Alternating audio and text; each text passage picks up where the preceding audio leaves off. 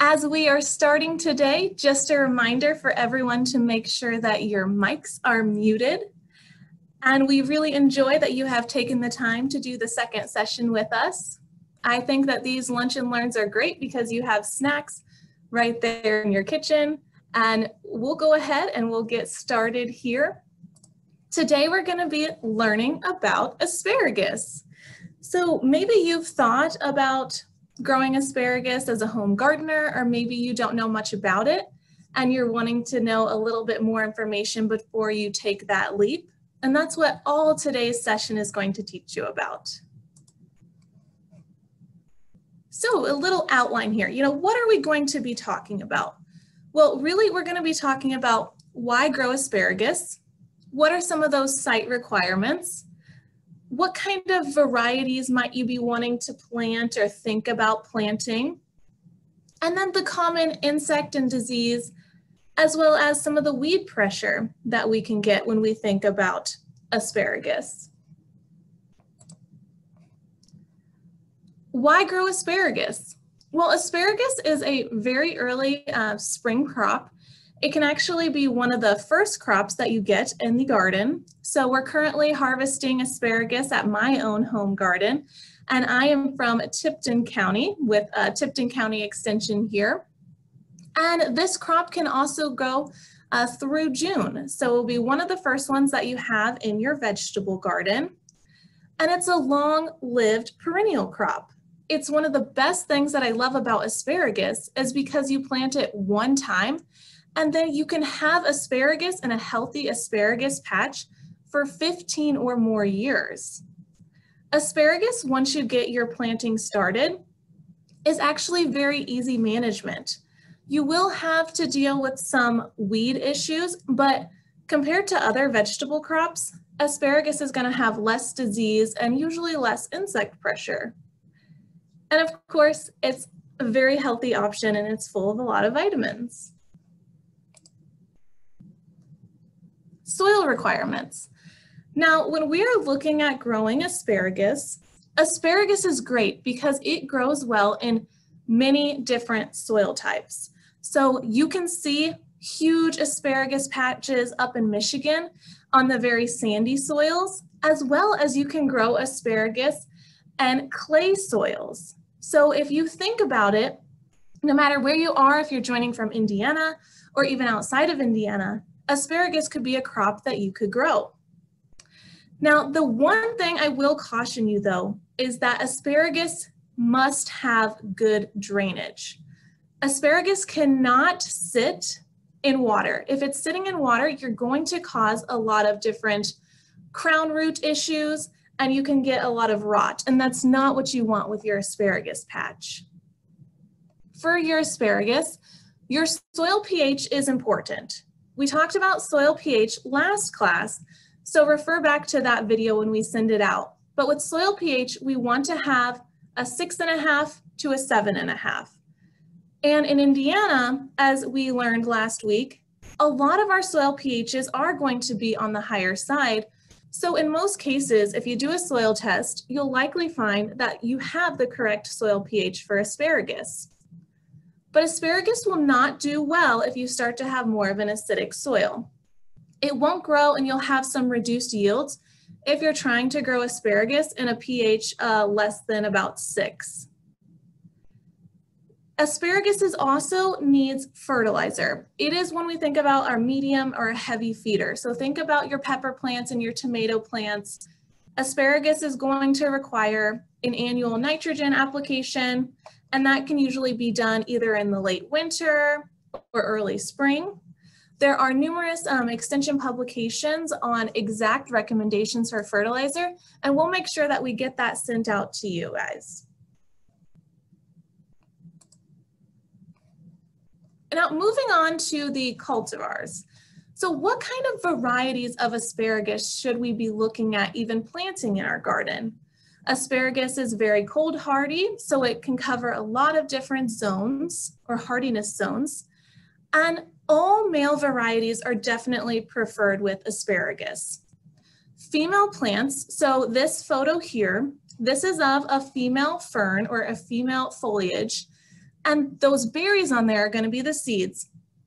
Female plants spend way too much energy in producing seeds, so you have reduced yields. Some of the older varieties were more of the female asparagus crowns, and they have even sometimes a 3-to-1 in reduction of yields compared to some of the newer all-male varieties. And also, you really want to make sure that you're reading the description from the seed company, because once you have asparagus crowns, which I'll show you in a little bit, you can't tell the difference between the male and female crowns when you're planting. Of course, you can tell later in the season when it's producing the berries, but in most cases, that's too late. You're already stuck with those female plants. Now, here's a cultivar here. This is some of the famous cultivars. I'm actually going to go through almost all of the different varieties of asparagus that they have on the market, because there's not too many different asparagus varieties. It's not like tomatoes or pumpkins where we have hundreds and hundreds of varieties. So one common one that you'll see in all, no matter if you're getting it from a big box store, you're ordering it online, will be the Jersey Giants or the Jersey Knights.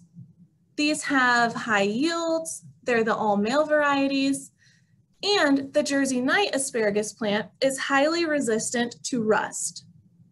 We will talk about rust as a disease later, but just a thing to know, as many of us know in Extension, as well as if you've gone through the Master Gardener class, whenever we're thinking about planting something in our home garden, we really want to make sure that if there is a variety that is resistant to a disease, that we're planting those kind of varieties, because that's going to be less trouble for us later. If we're planting highly resistant varieties, we won't have to use as many inputs in our garden, such as some of the fungicides. Now, the Millennium variety, it's going to be the newest variety of asparagus that there currently is. And I say newest, but many varieties of asparagus aren't coming out very often. It has a high yield, and it also has some resistance to the rust disease that asparagus spears can see.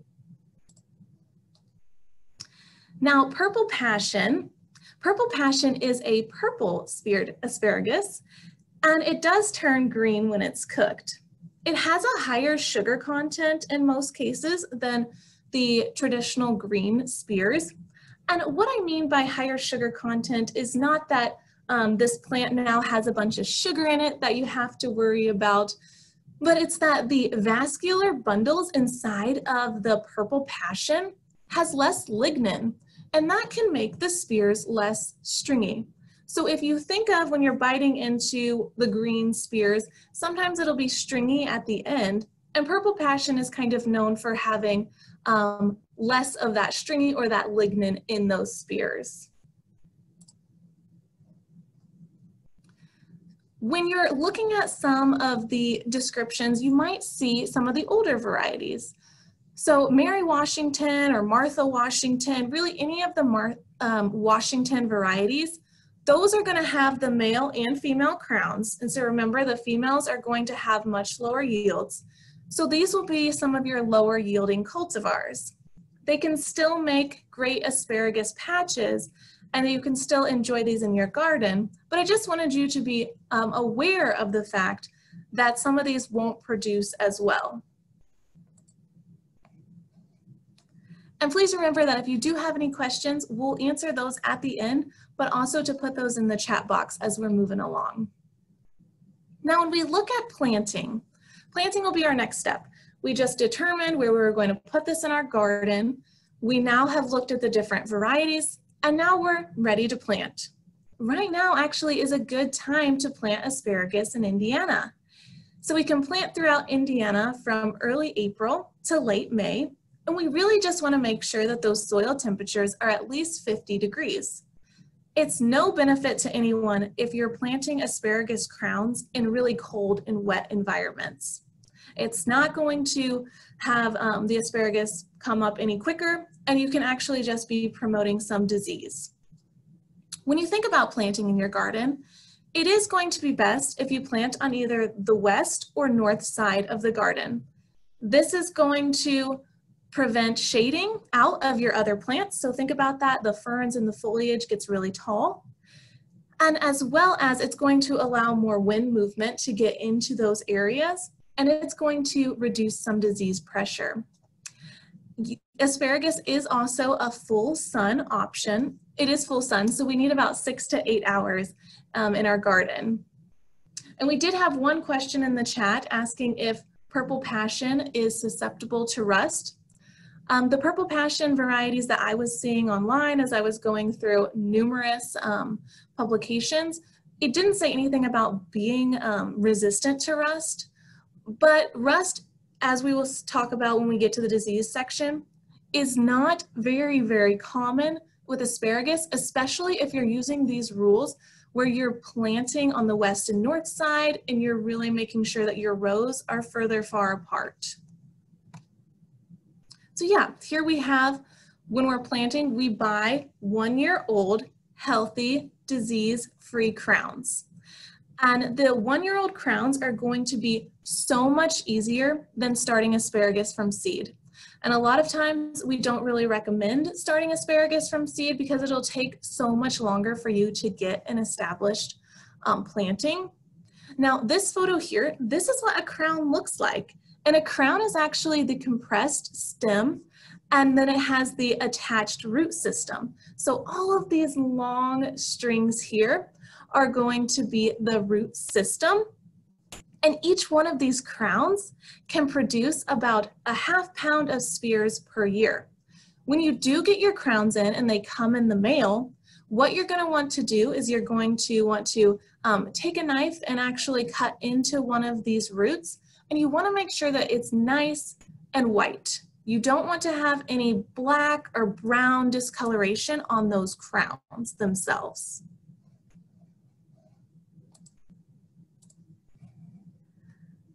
Now you're ready to plant, you have those crowns in, and what you're going to want to do is you're going to want to dig furrows. So as we see in this photo, we're going to want to dig down at least 6 inches. So we're going to dig down 6 inches deep and 12 inches wide.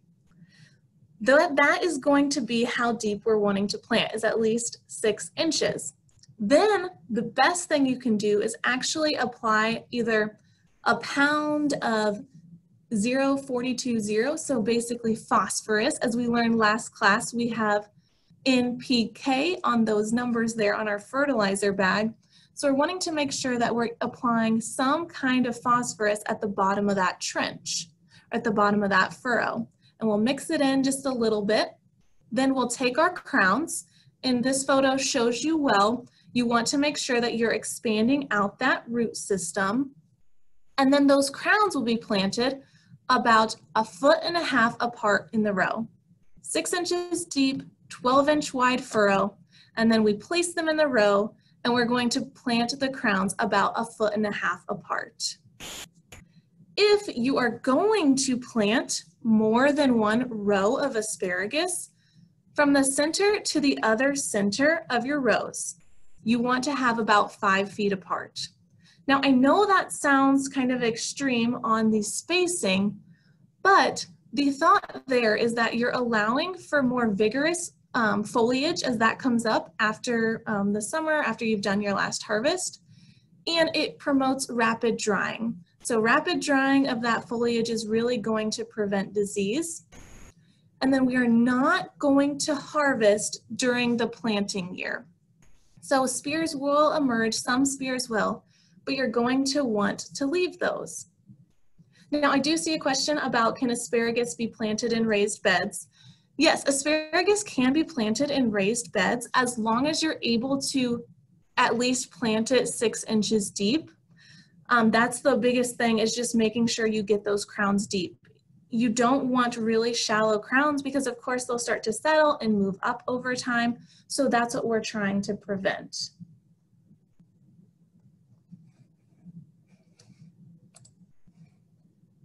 Okay, so moving on to one pest that we might see in our— Hey, Amanda. Yes. Sorry to interrupt there. You had one other question up there. Mary Jane would like to know if you can add fish emulsion or nitrogen to 3-year-old plants right now, or is it too late?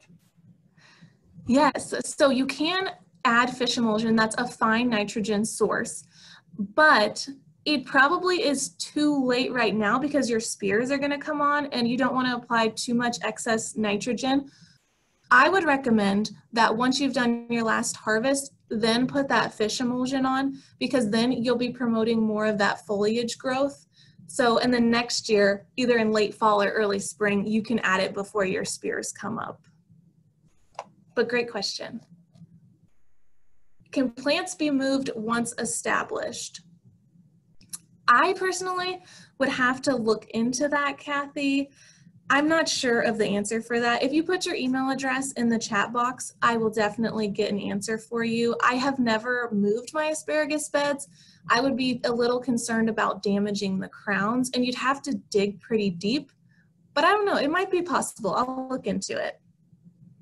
But getting back here to the insect aspect of it, the asparagus beetle is going to be one insect that will really impact your asparagus if you have them. It can cause the stems to turn brown, it can reduce the yield, and the photo of the black insect there with the white spots, that's the common asparagus beetle. And then we have the red one with the black spots, and that's the spotted asparagus beetle.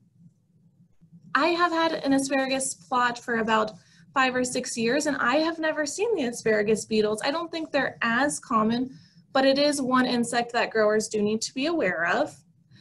And what you can do when you're looking for them is they're going to be most active in the afternoon. So go out in the afternoon into your asparagus patch and see if you would see them. There are 2 different methods. You can use a combination of these methods is definitely what we'd recommend. Most of the time the asparagus beetle won't be very extreme to where it's causing significant damage. So it's okay if you still have some insects, just like all insects in our gardens. You can actually hand pick off some of these beetles. And if it was an extreme case, then you might want to look at using an insecticide. The other one that we commonly see as a pest for asparagus is going to be the Japanese beetles. I see the Japanese beetles, of course, more on the foliage or the asparagus ferns, not the spears themselves, because the beetles haven't emerged yet. So this would be later in the summer. And the best thing to do for Japanese beetles, which I'm not sure if you know this yet, but Japanese beetles are not as active in early morning or night. They're very sluggish. So what you can do is go out in the morning or night, soapy pail of water, and you can actually pull them off in clumps. They're very easy to pull off that way, and that's usually the most effective method. Now, we want to look at, are there other pests, other things that we might be having in our asparagus patch?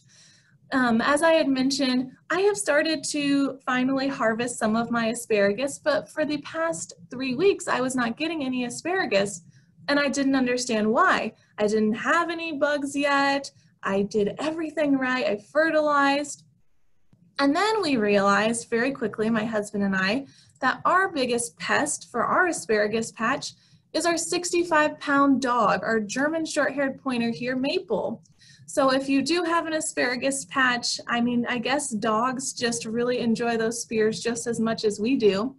So make sure to watch out for them and maybe even harvest before you let them out in the morning. Moving forward to those diseases. So we talked about them a little bit, but there are 2 common diseases with asparagus that we know of. There is rust, which you can buy resistant varieties from. And rust actually is going to look like what it is. It's a fungi, it's a fungus. So you're going to have these little spores that will appear on your spears. There'll be a yellowish or orange lesions. And for individuals that are experiencing rust, one of the things you can do is make sure that you're clearing out the residue in the fall. So we leave those ferns up throughout the season. And in most cases, if you didn't have disease or insect pressure, you would just leave the ferns until early spring and mow them down. But if you did see rust on your plants, you would want to make sure that you're cutting those back and then you're getting those out of the garden. So sanitation will be really important to clean up or to prevent rust on your asparagus patch. And then you also look at, if you have any volunteer asparagus coming up, so say you had a female plant that had dropped some seeds and now some of those are coming up, you want to remove the volunteers. And remember, we said planting healthy crowns and resistant varieties is important, but sometimes when those seeds are dropping and they're coming up, those ones might not be resistant to rust, and so that could be bringing that into your patch. The other one is going to be root rot or fusarium crown rot. This would cause yellowing and wilting of the foliage. So when you see those asparagus ferns coming out in July or August, you might see a sudden yellowing in one specific fern, and that might be root rot. Unfortunately, root rot would be the main cause of a decline in an asparagus patch, and using any kind of fungicide would not be worth your time. It isn't going to be effective. There aren't anything on the market right now that would be able to help with the root rot.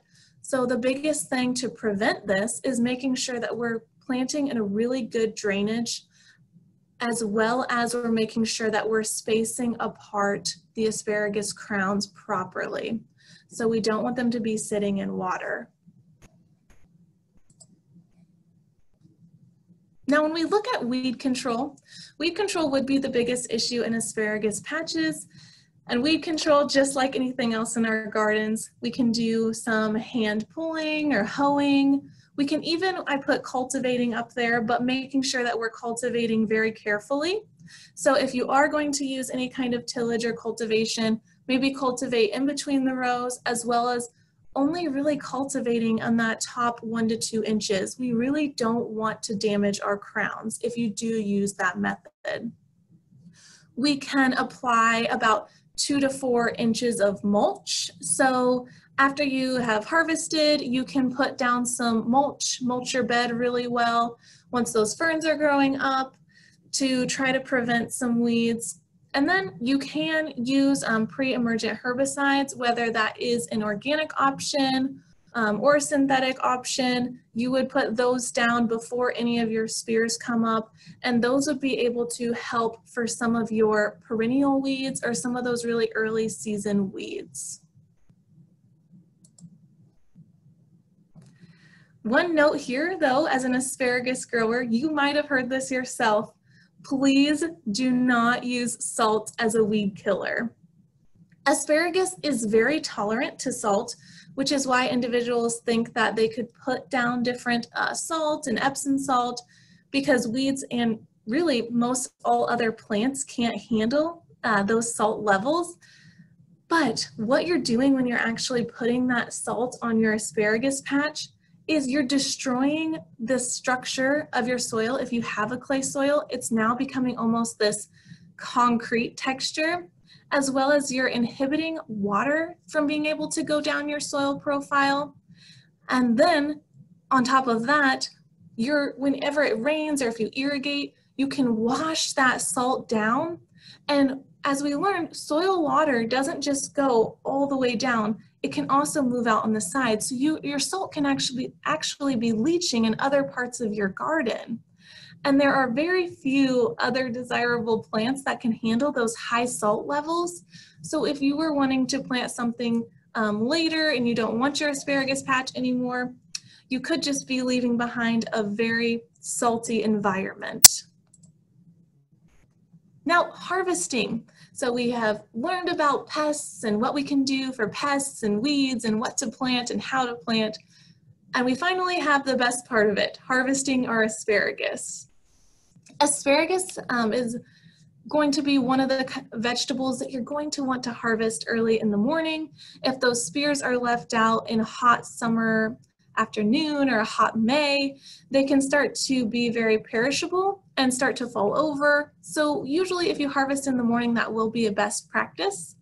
Harvesting for many growers will be from about mid-April to mid-June.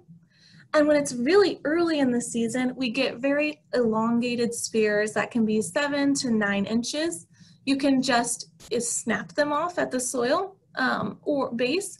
You could cut them. Any method will work.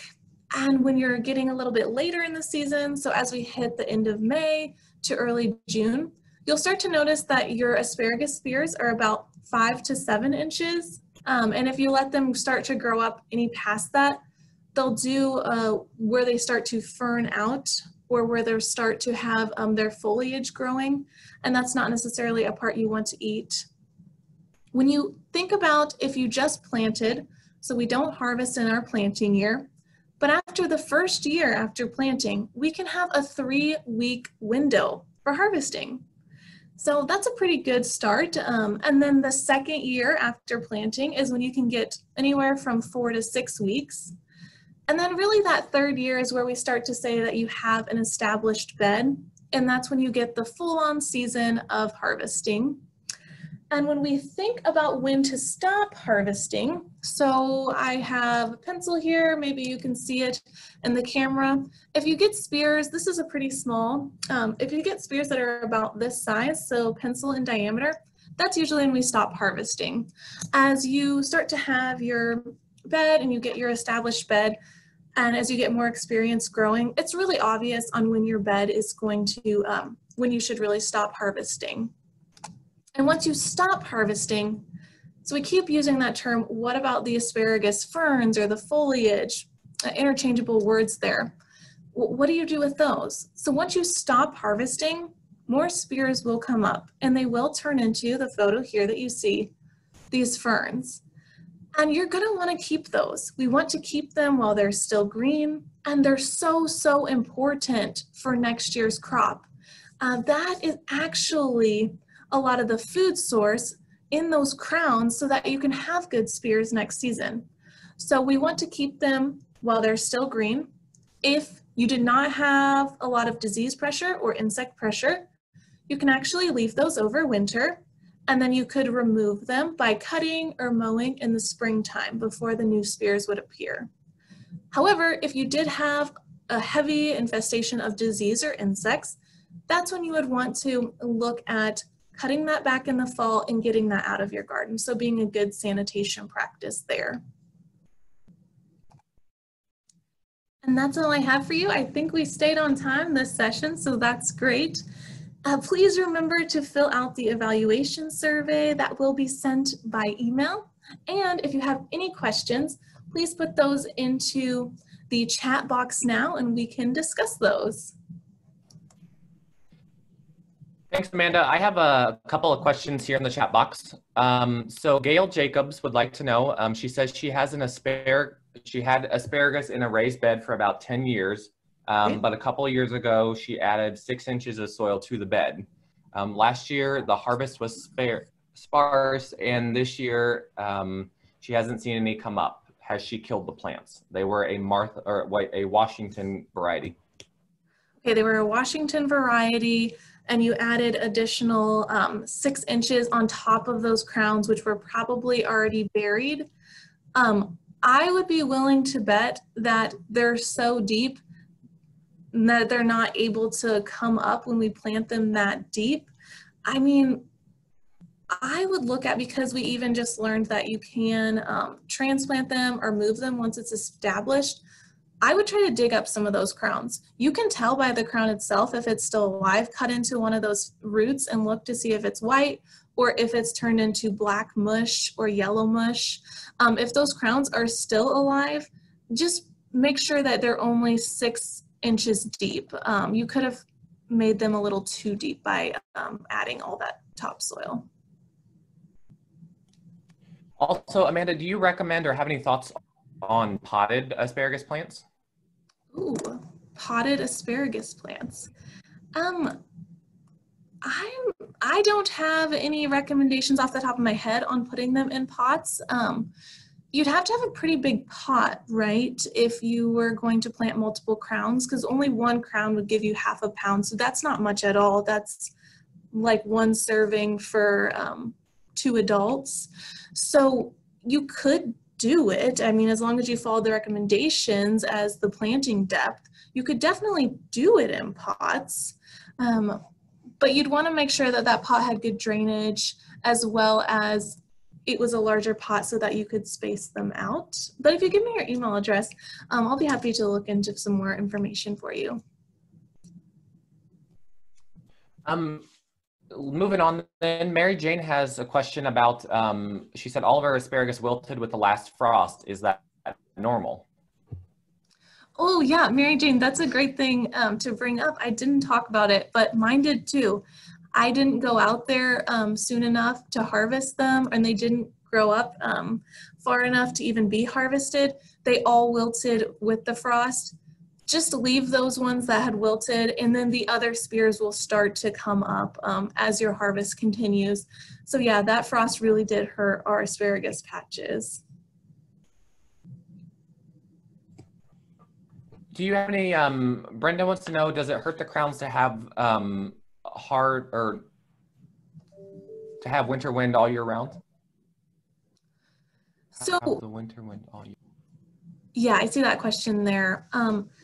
That is one reason why Purdue does recommend, if you had healthy foliage, to leave that up, because it can insulate the crowns from harsh winds as well as snow, and to keep them healthy. So if you can do that, I would definitely recommend it. If your patch had a lot of disease and you do get a lot of harsh winter winds, especially if you live in the country and you're kind of in an open area, you can put some mulch down too, and that would help insulate those crowns. Okay, next one then is, when harvesting, should we cut everything until we see the spears getting skinny? Yeah, that's a great question. So you do want to cut all of it until you're ready to have those spears that are about the pencil diameter.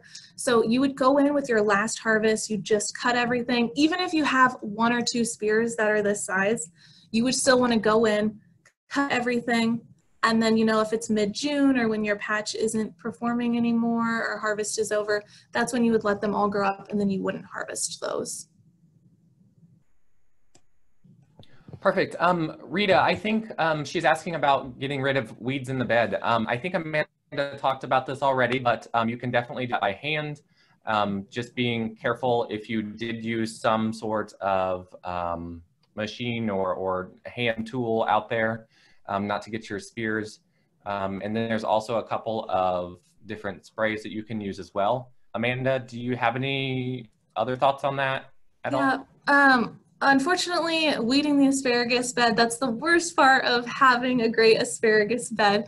But yeah, just hoeing out the weeds. If you did apply cultivation, don't just top 1 to 2 inches. Mulching, so after you've done your last harvest, you could even go in and apply some mulch to try to prevent those weeds as that foliage is growing up. You could apply other mulch even in the early springtime. You know, if you did want to go into using a pre-emergent, whether that's an organic option or a synthetic option, you can apply those in the spring too before the spears come up to try to reduce down some of the weed pressure. Perfect. We're going to hit 2 questions here at once. Do you know if deer like to eat asparagus? And then, what is a good source of crowns?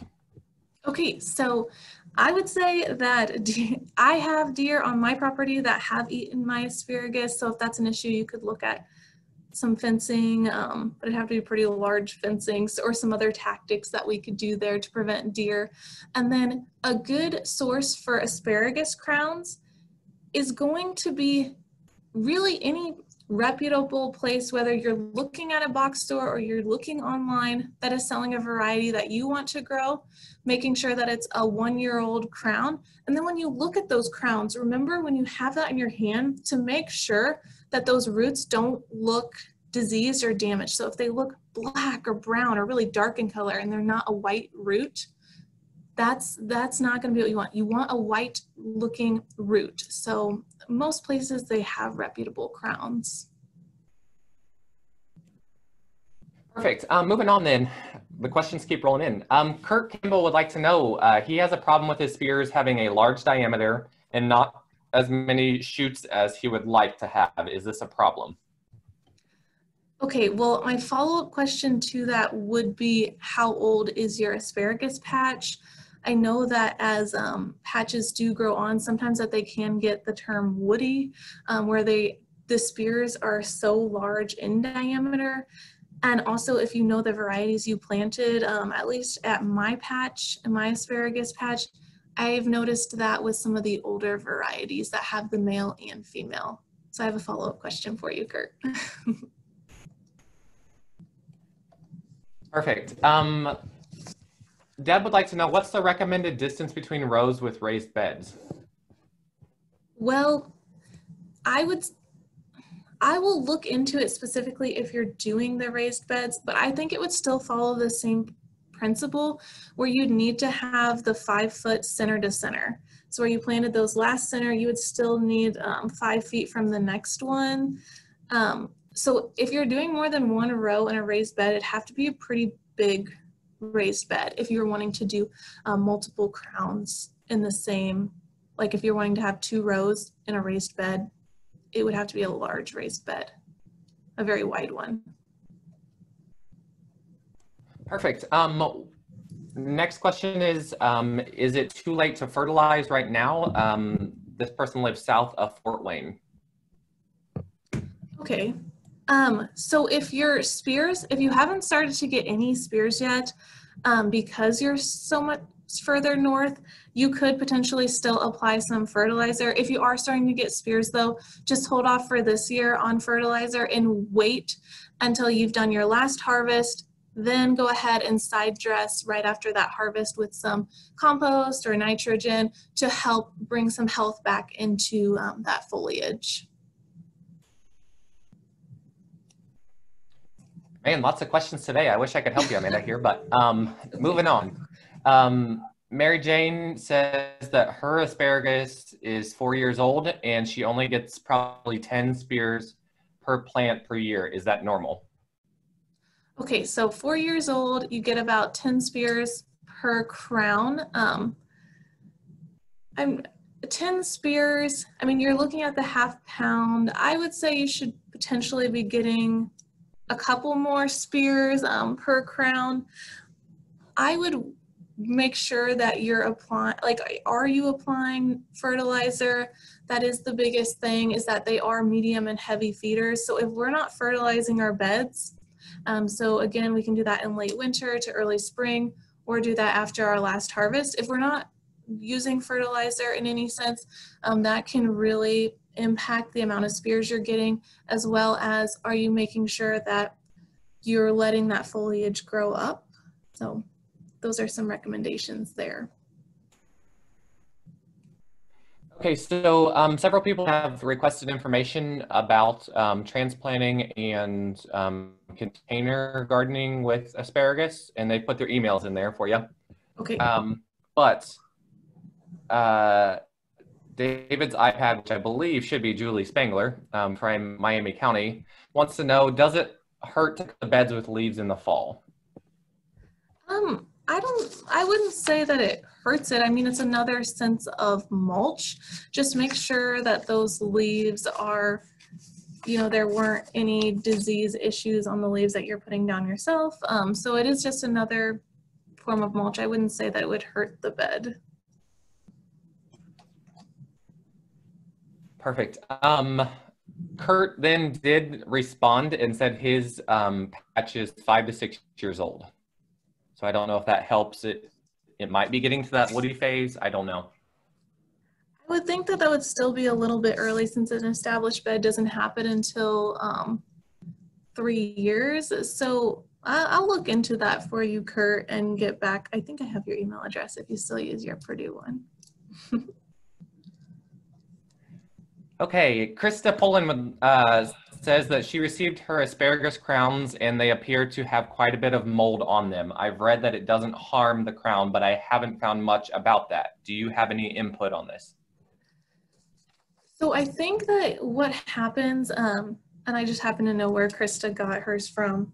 So when we get in our crowns, or even this happened to my strawberries, I have the bad habit, maybe you did this too, Krista, or maybe you didn't, and I'm just speaking for myself, of leaving it kind of in the plastic wrap that it comes in and then not planting them right away. And so sometimes mold can actually build up because, you know, the grower has put some water in there and then it's just accumulating in that plastic. I did see the crowns that you sent some photos of. That was not that much mold. I think that that can easily just be kind of wiped off, run under water. Your crown still looked really healthy. So I'd wipe that mold off. If you can get them planted as soon as possible. But if not, you can put them in a portion of your fridge if you needed to extend, you know, if you can't plant until next week or something of that nature.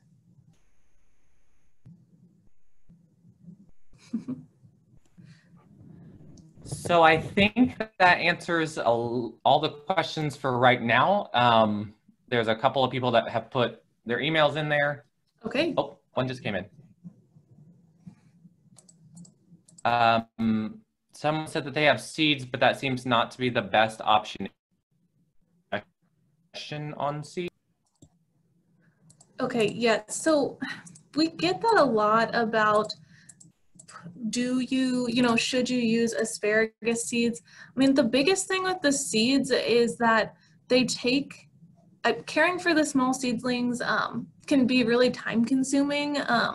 And, you know, you have to like make sure that you're spacing the seeds apart right. So what you would do with seeds, the seeds are only going to be spaced a few inches apart, but then as the crowns develop, those would have to be dug and then transplanted the right way, because if you're growing them from seeds, you know, you're going to put that seed in 1 to 2 inches of soil to where you know that your crowns now need to be planted at 6 inches.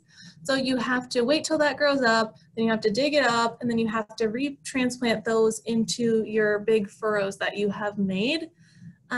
So really, that's why we just always usually recommend the crowns for home gardeners. But if you have the time and you have the care for them, you can still do them by seed. It's just a little bit harder.